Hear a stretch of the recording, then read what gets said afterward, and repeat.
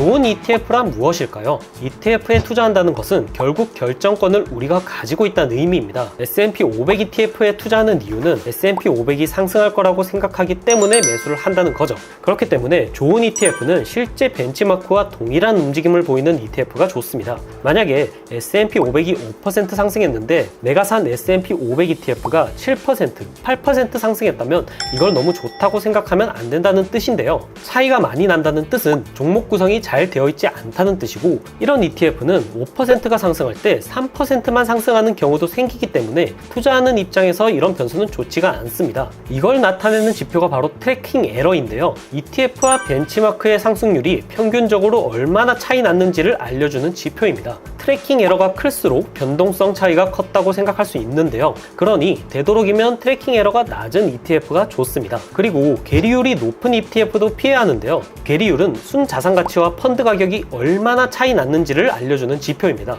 현재 펀드 자산이 100억인데 펀드의 시가총액이 99억이면 계리율은 1%라고 할 수 있습니다. 주식과 같은 경우는 순전히 투자자들이 주가를 결정하지만 ETF 같은 경우는 벤치마크를 따라가야 하는데요. 지수가 2% 상승했는데 이 ETF를 2배 가격에 사는 사람이 없어서 계리율이 생기면 마켓메이커가 이 차이를 노리고 투자를 하면서 가격을 맞춰주는데요. 만약에 계리율이 높은 상태가 며칠 정도 지속된다는 것은 마켓메이커가 제대로 유동성을 공급하지 않는 상품이라는 뜻이기 때문에 투자하지 않는 게 좋습니다. 그리고 보수 비율도 중요합니다. 보수 비율이 클수록 그만큼 수익률이 내려가는데요. 이 보수 비율은 매일매일 펀드 순자산에서 저절로 계산이 되기 때문에 우리가 알게 모르게 손해를 보는 부분인데요. 트래킹 에러와 계리율은 모두 순자산 가치를 기준으로 계산하기 때문에 ETF의 트래킹 에러가 0%이고 계리율도 0이라고 하더라도 보수 비율이 높으면 좋은 ETF가 아니라는 뜻입니다. 예를 들어서 트래킹 에러와 계리율이 모두 0이고 보수 비율이 3%인 S&P 500 ETF에 투자를 했고 S&P 500 지수가 10% 상승했다면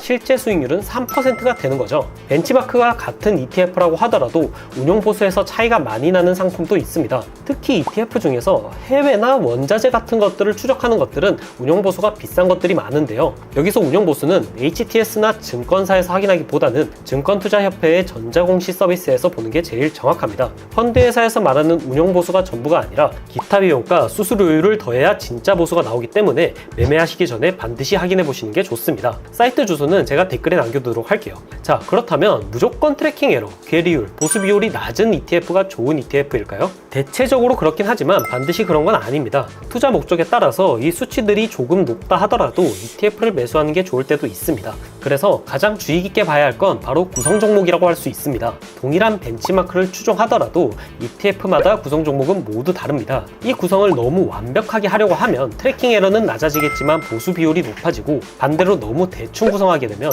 보수 비율이 낮은 대신 트래킹 에러가 높아집니다. 구성 종목을 봤는데 생각보다 종목 수가 많지 않다면 그냥 직접 투자를 하는 게 더 이득이겠죠. 저 같은 경우는 구성 종목에 파생 상품이 있는 ETF는 절대 매수하지 않는데요. 대표적으로는 레버리지, 인버스, 커버드 콜, 커버드 숏 ETF가 있습니다. 파생 상품은 대부분 만기가 존재합니다. 그렇기 때문에 이 만기가 가까워지면 다음 월물로 갈아타야 되는데 이때 롤오버 비용이 발생하게 되고, 이는 그대로 보수 비용에 포함됩니다. 또 이 보수 비용이 그대로 수익률에 영향을 끼치기 때문에 특히 장기 투자에서는 복리 효과 때문에 엄청난 차이를 만들어 버립니다. 수익률이 10%인 ETF와 보수 비율 때문에 8%인 ETF를 각각 100만원씩 장기 투자를 하게 되면 결과는 이렇게 나옵니다. 10년째에는 각각 259만 3,742원, 215만 8,925원, 30년째에는 1,744만 9,402원, 1,006만 2,657원, 50년째에는 1억 1,739만 853원,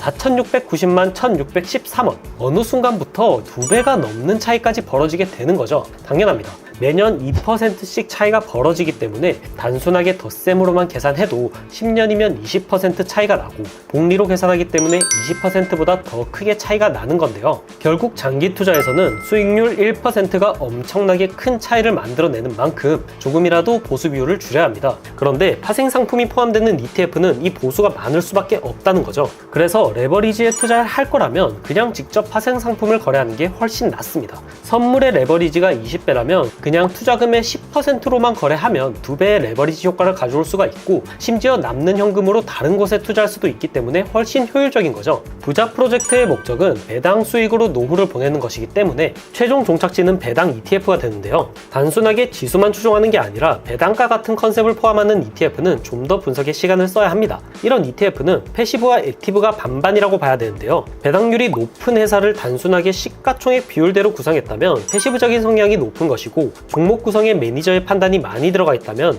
액티브적인 성향이 높다고 봐야겠죠. 요즘 인기가 많은 슈왑을 보면 구성 비율에 주간이 많이 들어가 있어 보이지만 이 주간을 수치화해서 퀀트 방식으로 투자하는 것이기 때문에 보수 비율은 0.06으로 상당히 낮습니다. 반면에 기존 배당 ETF인 노블을 보면 보수 비율이 0.3으로 슈왑보다 6배가 높은 게 보일 겁니다. 그렇다고 해서 무조건 슈왑이 좋은가? 그건 또 아닙니다. 노블이 구성 종목에서 잠재력이 높은 종목을 많이 가지고 있다면 노블에 투자하는 게 더 좋을 수도 있습니다. 그러니 우리는 이런 것들을 조금씩이라도 생각을 해서 투자를 해야겠죠. 하루 만에 다 배울 수는 없으니까 프로젝트를 통해서 기본적인 개념부터 시작해서 조금씩 배워가시다 보면 종목과 ETF를 분석하고 스스로 판단하실 수 있게 되실 거예요. 자, 어느새 프로젝트 영상도 거의 끝이 보이는데요. 그럼 저는 마지막 영상인 세금편으로 돌아오도록 하겠습니다. 영상 시청해주셔서 감사합니다. 부자 프로젝트에 참여하실 멤버를 모집합니다. 부자 프로젝트는 노후 걱정 없이 원하는 인생을 살 수 있도록 투자 계획을 세우고 실천하는 방법을 알려드리는 프로젝트입니다. 참여하시는 분들은 본인의 수준에 맞춰서 제가 직접 1대1로 간단한 교육을 해드린 후에 정보를 공유하고 응원과 소통을 통해 서로 윈윈할 수 있는 투자 커뮤니티에 참여하셔서 좀 더 쉽게 목표 금액을 달성하실 수 있습니다. 프로젝트에 대한 좀 더 자세한 내용은 전자책에 들어가 있으니까 궁금하신 분들은 전자책을 받아보셔서 읽어보시길 바라겠습니다. 커뮤니티에 참여하지 않고 개인적으로 배우실 분들이나 다른 궁금하신 것들도 댓글에 있는 링크로 연락 주시면 제가 아는 선에서 최대한 도와드리도록 하겠습니다. 그럼 저는 다음 영상으로 찾아뵙도록 하겠습니다. 시청해주셔서 감사합니다.